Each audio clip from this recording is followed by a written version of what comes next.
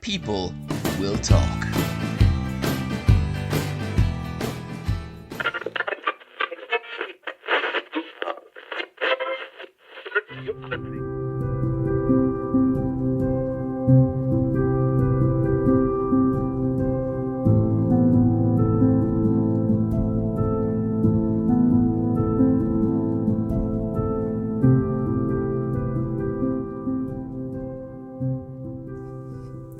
Happy New Year.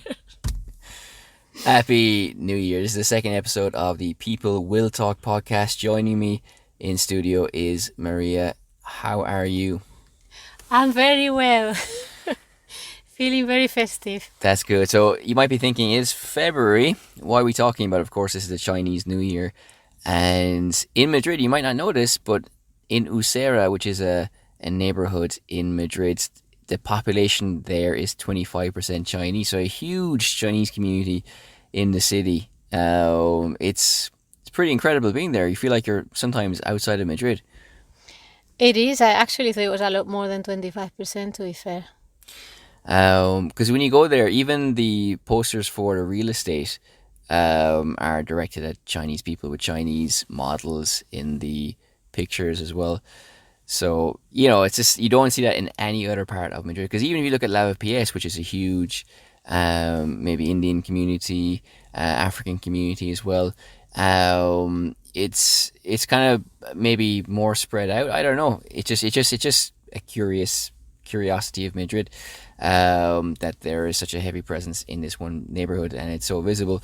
But this is a great place because I have a friend whose son is Chinese and he took Chinese lessons there as well. So I'm sure there's lots of great cultural links for people interested in Chinese culture in that neighborhood as well. But it is Chinese New Year. It is the year of the rabbit as well. It is. It's your year. They actually had huge celebrations, as they always do in Usera this year, and also I've seen that happen in Plaza de España, which is close to another Chinese area, but not as extensive as Usera. Usually it's just a street, really, rather than a whole neighborhood.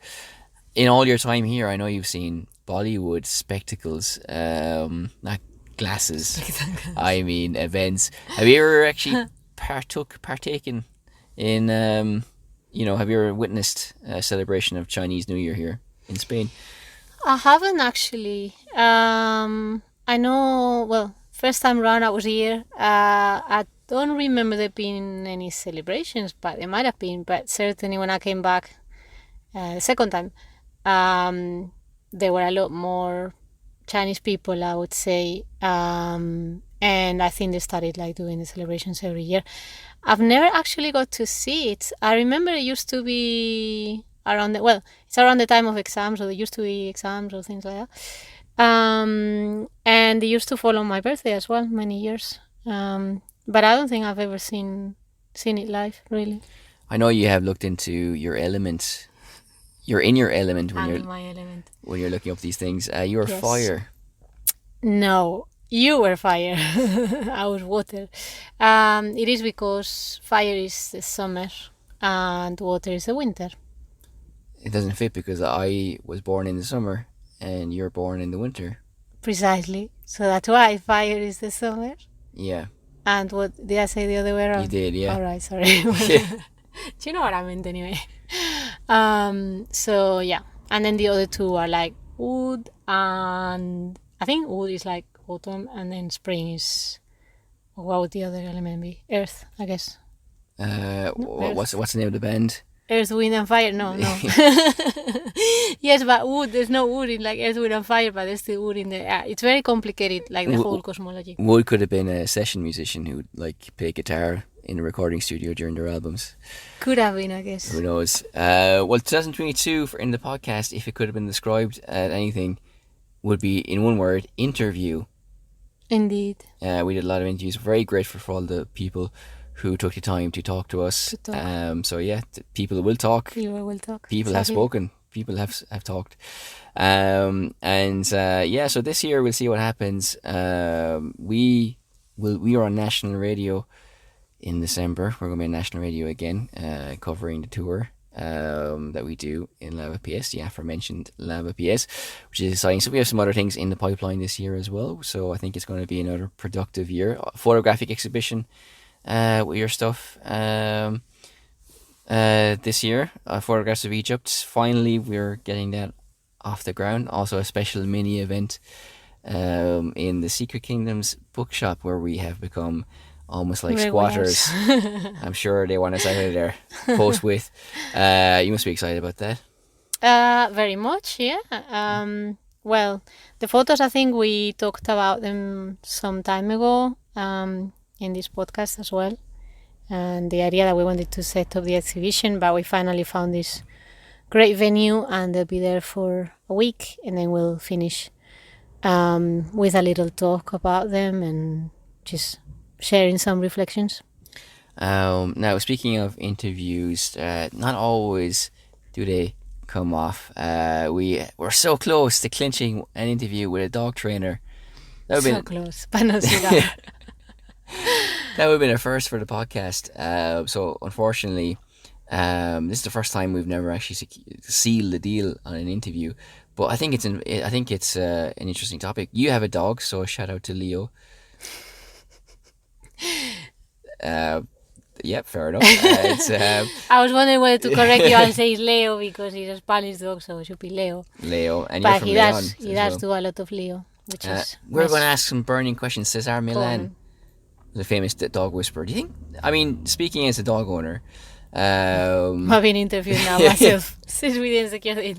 Let's explain that. Do you think dog trainers like Cesar Millan because he is the face, he is the celebrity, or is he like, you know?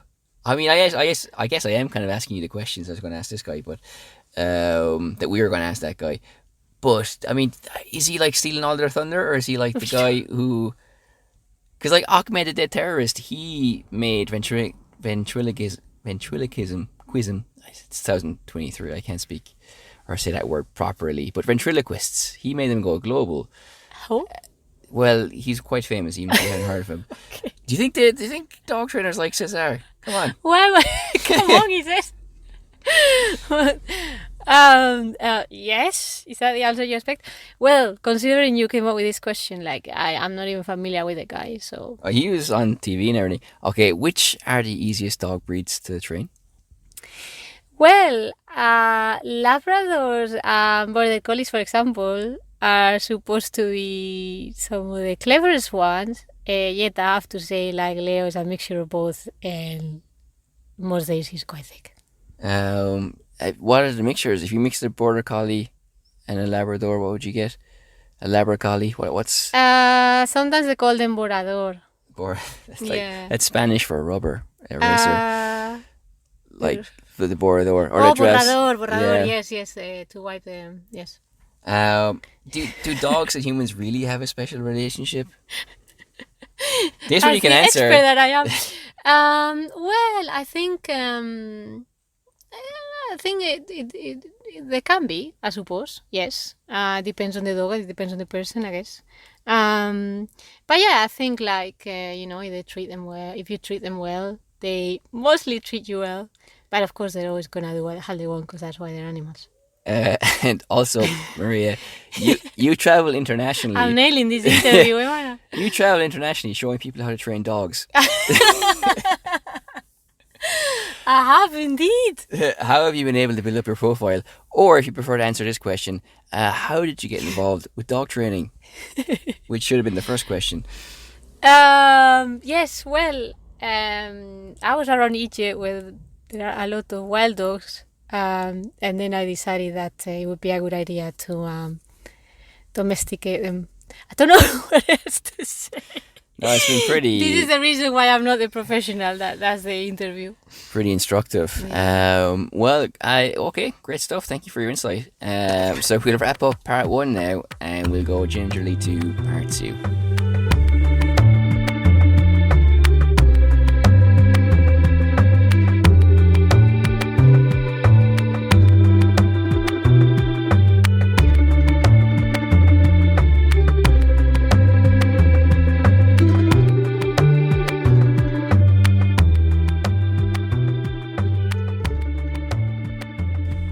to part 2 of the show, where we're going to have a cultural hit list, a hodgepodge of cultural highlights, lowlights, middle lights, all the lights.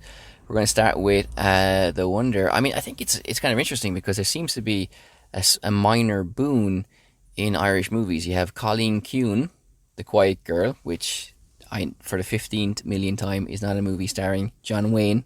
Okay? I mean, girl, man, like, I'm tired of clearing that up. And then we have the Banshees with Colin Farrell and Brendan Gleeson, and The Wonder, which stars people whose names I can't remember, but I have seen it. Florence MacPook. Pugh Yeah. or something. You might puke after watching Just the movie. Just Pugh, not Mac. No, just Pugh. Yeah, whatever it is. But so like, I mean, so a lot of movies genuinely attracting and generating a lot of buzz. So it's kind of exciting from that aspect. So speaking of The Wonder, it left us wondering. I mean, it's a good movie in a lot of ways, but it's not as good as I thought it was going to be. All the buzz, people talking about it is going to be like this amazing work of art, but it wasn't really very good. And we can talk about that in the first part of this part 2. So where would you like to begin with The Wonder? Well, The Wonder, for if you don't know, by the way, is a movie where a girl has stopped eating, has a devotional sacrifice to God. Then an English nurse comes over to tend to her and to see if she's actually being sustained by a miracle or if there's somebody giving her food. And it takes place in the aftermath of the Irish famine. And it's directed by a Chilean, so a guy from Chile. Is it? Yes. Well, I think you probably liked it slightly more than me, because you were already warned that it wasn't as good. We both read the review in The Guardian, didn't we? Before we watched it. And I think, well, it's based on a book by an Irish writer. I think she lives in America now, but she's an Irish writer. So I don't know, for an Irish writer, I felt like there was a lot of prejudice, maybe, or that things were very stereotyped in terms of what's Irish, because we're always complaining about the whole thing of the leprechauns and so on, but also around the famine and around the whole idea of religion, Catholicism, and mysterious sort of fairy things that speak in strange languages. There is quite a lot of prejudice there as well, isn't there? In terms of like portraying Irish people in that period, I would say. Well, I think you're right. The book was written by an Irish woman, and the producer is an Irish guy. And the director is Chilean, and he's worked with this production company before. I believe this is his third film with them. So there's a lot of reasons for why all this kind of came together, but I get the sense from what the Chilean director wanted to say, it's more a meditation on something more universal like fanaticism. But he has an eye on what happened in his own country, possibly under Pinochet, and I don't feel that grafts perfectly onto the movie. The second thing, the famine is the context. It should be the key for everything. And now I haven't read the book, so I don't know if this is something the movie hasn't done well in translating from the page, or if it's also lacking in the source material. But the fact of the matter is, the famine was this, cataclysmic event that's never been truly captured very well in movies before. I think it's Son of Saul is a Holocaust movie, which is like this, I wouldn't say horror, but it's a movie that deals with a very dark subject matter in a very particular way. And the famine has never really been given that treatment. It's been given scant attention in movies. There's one, Black 47, which I haven't seen. I'm sure it's a perfectly fine movie, but it's more of a revenge western, even, you could say. Like, it's like a guy, the man with no name kind of thing, and it doesn't really delve deep intellectually or artistically in what the famine actually was as a historical event, I imagine. And this movie doesn't either. So I think it's a real missed opportunity, because the famine was such a huge milestone or marker in Irish history. and the effects still felt today. I mean, there's still villages and communities that have never recovered their population levels. So it's something that has been quite profound, but has never been channeled into a creative project like a good movie. And the problem with this is, first of all, it's kind of thrown in at the start. Like if you ever see Gladiator or Michael Collins, there's always like a little explanatory paragraph that explains why A and B is happening, right? The historical context. And this is what's happening here as well, where they talk about the famine and why the people would be suspicious of her as an English person.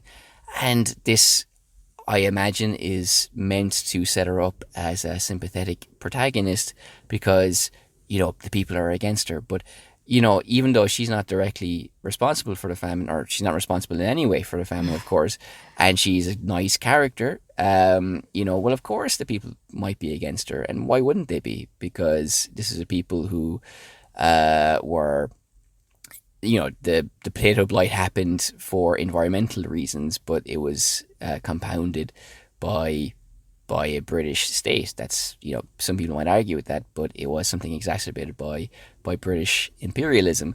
So I think it would be very justified for have a character who wouldn't be liked for because of her accent, where she comes from. But also I think the fanaticism element of the movie, it's just like Irish people portrayed as a land of peace, priests and peasants, kind of thing. And the fact that, like, Ireland, I mean, its religiosity needs to be contextualized as well, because before the famine, I don't think Ireland was a particularly religious place. And you can take that in a grand sweep of history, even going back to Celtic times. Obviously, there weren't going to be Catholics in Celtic times, but it was a very, in some ways, a very liberal society back then. And then going farther in history before the famine, more recent centuries, the same could be said. But then when this doomsday happens over a 5-year period, when people either emigrate or die with grass staining the sides of their mouths, then they find God. It's also another aspect, you could say. It became a way to assert or communicate an Irish identity, because the language got taken away by, again, British imperialism. So these are all kind of things that contextualize and humanize the characters and explain why they're acting in certain ways. Now, I mean, to be fair to the movie, it's not as if they really go down this road of like, oh, the Irish are mental, because they don't, because they're Irish characters who are sound, who are rational and all that kind of stuff. And it's not as if she is, but then again, she's kind of like this English nurse. She's playing into this kind of white savior narrative as well. Like the Irish need to be saved from themselves, which is just an old story and not a very good one either. So, and then there's other issues with the movie, like, her romance with the journalist. It doesn't make sense. It just kind of happens. There, like, he publishes a story about the child who's not eating, and the community get that newspaper relatively quickly, which I don't think would have happened. I think back then news would have taken weeks to circulate. If he publishes a story in London, it's not going to reach this part of Ireland for a long, long time, I think. So you could say there's plot holes as well. It's for me, it's more than the sum of its parts, as in, like, it's well acted. She's great in it. The journalist is good in it as well. Beautiful scenery. It's not all paddywhackery. Like, there are some nuances as well, but it's just the focus, what they choose to focus on, is kind of odd. There's a flimsiness to the script, I believe, and it doesn't really address the famine very well. And also, well, I know we agree about this, and I can let you talk about this. But just the whole mechanic of, at the start of the movie and the end of the movie, it's like a theatre piece. I mean, you can maybe talk more about that. Well, I think the problem for me, I think that threw me off a bit, because at the beginning you thought it was a nice resource, that the way you walk as if you were walking into a set, and then you see like the kitchen of a place, and then from that you sort of walk into the movie, and then, but I think it abused a bit those elements to make it look like a fairy tale kind of thing, which I don't think is appropriate, because later on there were many images, and yes, by all means, one of the things that Ireland is famous for is the landscapes, and it's all very beautiful, but really it focused very much on a certain image that keeps repeating of like the cottage, and the sort of like darkness and the orange light of the warmth of the cottage and all this, which it was almost kind of like a cartoon type thing for me. So that made it all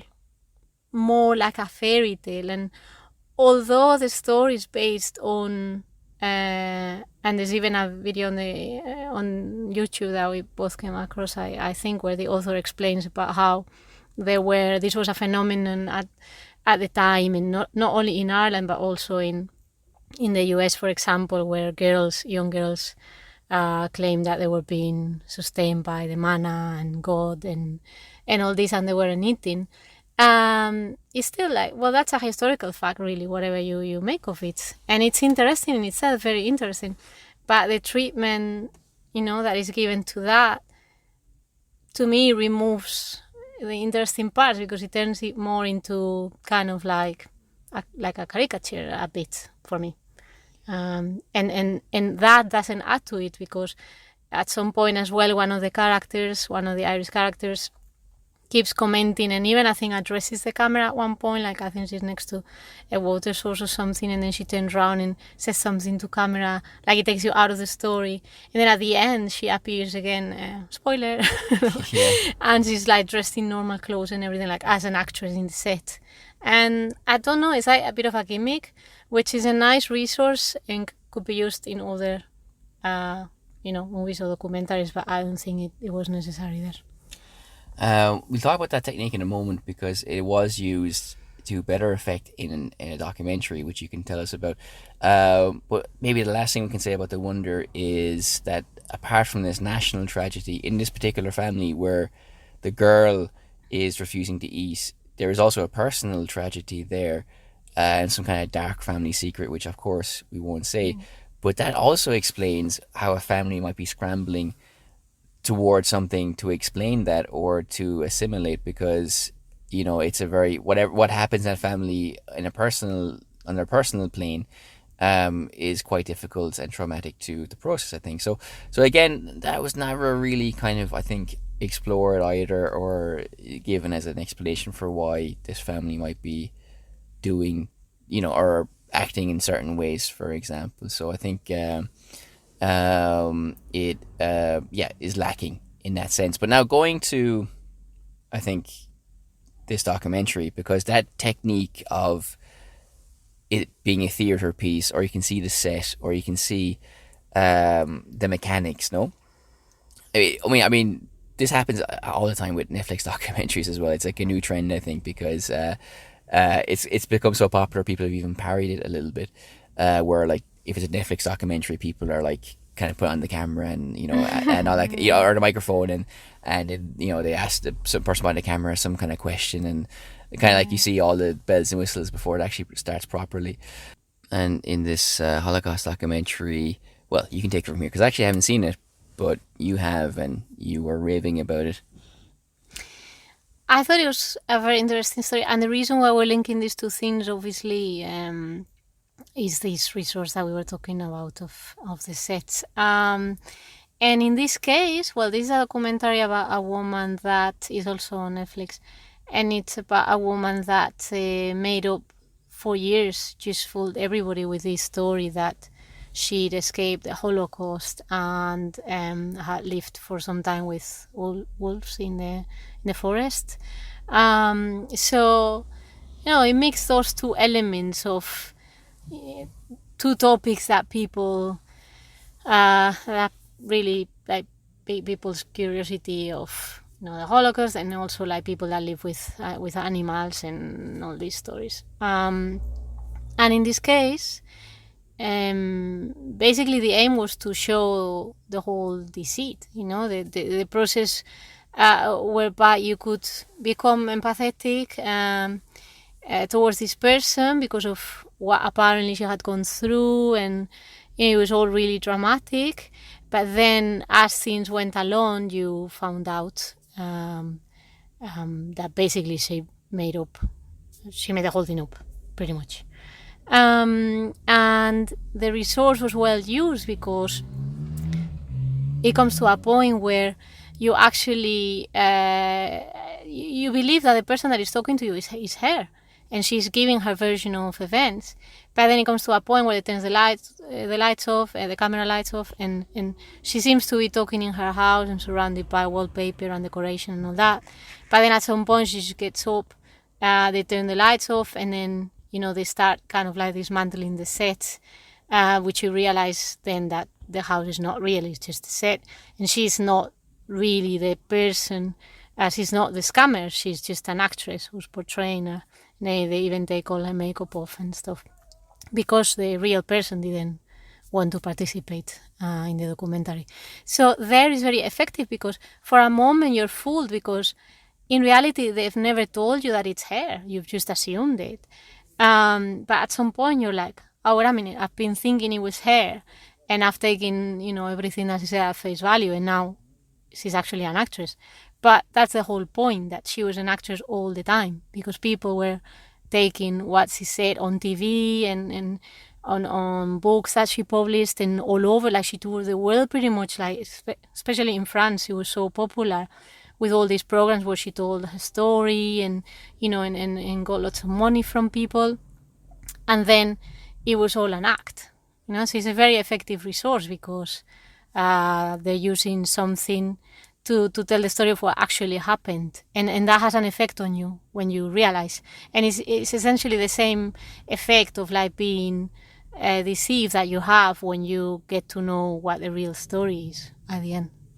This is a great example of the conceit, or the trick serving the story. It's not happening independently of the story, because in The Wonder it's just kind of tacked on, and it objectively or divorced from the story, it's quite interesting, because at the start, when they present it and it kind of leans in and the camera pans in or zooms into the story of the movie, it's quite intriguing, but ultimately it's unsatisfying, because it doesn't really go anywhere. But here it sounds like that it really underpins the message of the movie, so it sounds really wonderful.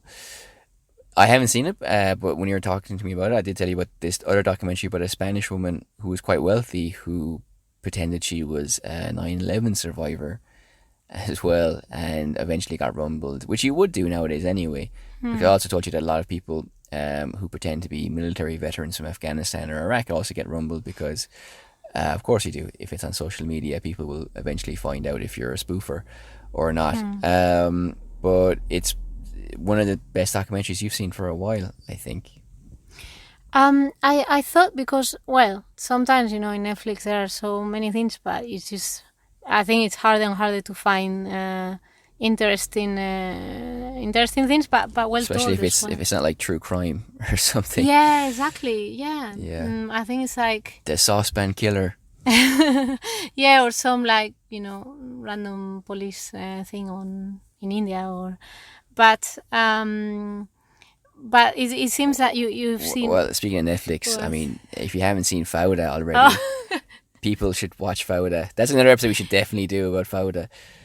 True, very true. Oh, there will be a lot to say about that. Yeah, actually, that's pretty meaty. But sorry, I got distracted you there. Yeah. No, I was just going to say that... we should watch Stranger Things too on Netflix. Oh, shut up! No, it was just refreshing to... it was refreshing to see a documentary that... I mean, it is an interesting story because it's so shocking, and it's not just... There were a few people that made these things up, the same as... It happens with every event, no? But particularly with the Holocaust thing is such a dramatic thing. And for me, one of the best things about it was that there was a woman involved in, uncovering the whole thing, who was a Holocaust survivor herself, and had a story to tell about that. And for her, it was very painful to see that somebody would, try to make money out of that and try to gain fame because of that. And it was hard because she was kind of reliving her own experiences and had to do some research, and because it was at the beginning of the internet era, and she was going through documents and all this in libraries and so on, in archives. But then even she was able to empathize to a point with her.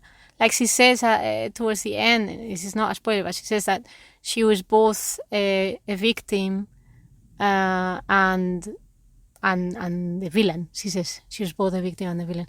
And it's amazing. One of the things that struck me is that this woman, after all she went through and the real story that she had, that she could actually find some empathy or some sympathy for this woman for the reason that she had, made up that story, which I'm not going to say because that's the whole a key thing of it. Yeah, well, it's the thing with the Holocaust and these issues is that it is so harmful to lie about that for obvious reasons, but also, I'm not sure if you saw what happened in the UK recently. There was I think she's a Tory politician who was a Holocaust or is a Holocaust survivor, and she was taking to task other members of the Tories who were using, Nazi-esque language about immigrants. Oh, yes. And it just shows that even if someone's faking that story, it could be it delegitimate or takes away the legitimacy of other people's real experiences and can in some indirect way contribute to anti-Semitism as well, because I think a lot of people don't need a lot of encouragement in that regard anyway. So apart from scamming people, which is inherently wrong, and lying about something so tragic, I mean, there are real world consequences to that, I think, these days, because so many people are ignorant of that experience and what that, the implications of that as well. And they can be intolerant of other people's backgrounds as a consequence of that as well. Definitely, I think also that had a part to play as well. The fact that, well, I'm not going to tell the whole story, but that plays a part.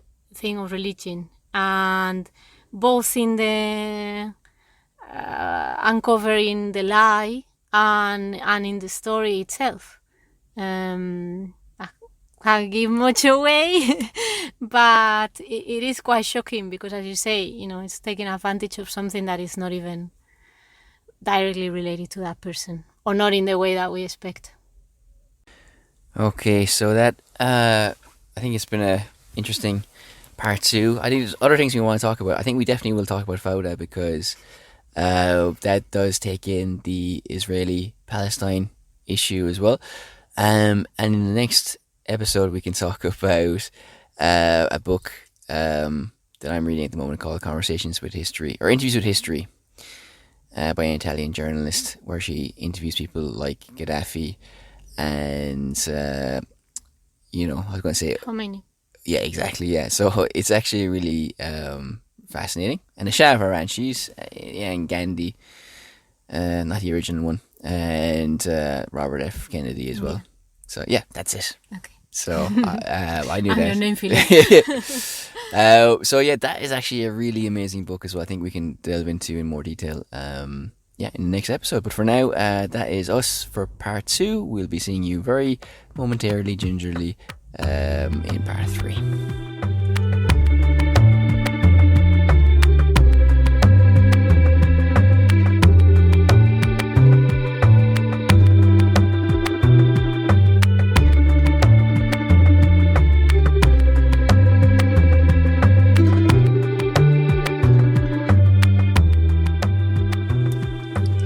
And here we are at part 3. So happy Chinese New Year yet again. And thank you for listening this far in the podcast and for all our other episodes that we were pumping out. We were in a really great racha there, as they say in Spanish, of like just pumping out episodes. We have to keep that up now for this forthcoming year. So yeah, thank you so much for everything. Good luck. And good night. Goodbye. I mean, we can't really legislate for when people are listening to this podcast. It's good, yeah, but it's good luck and good night. It's a movie. That is a movie. Also, find us on LAPRA1 on Instagram, Twitter, and also we are... Twitter is disappearing, come on. That's true. Actually, we shouldn't support that because of Elon Musk. Yeah. Instagram. We'll just leave it at that. And Facebook. Yeah. Okay, good. Bye. Bye.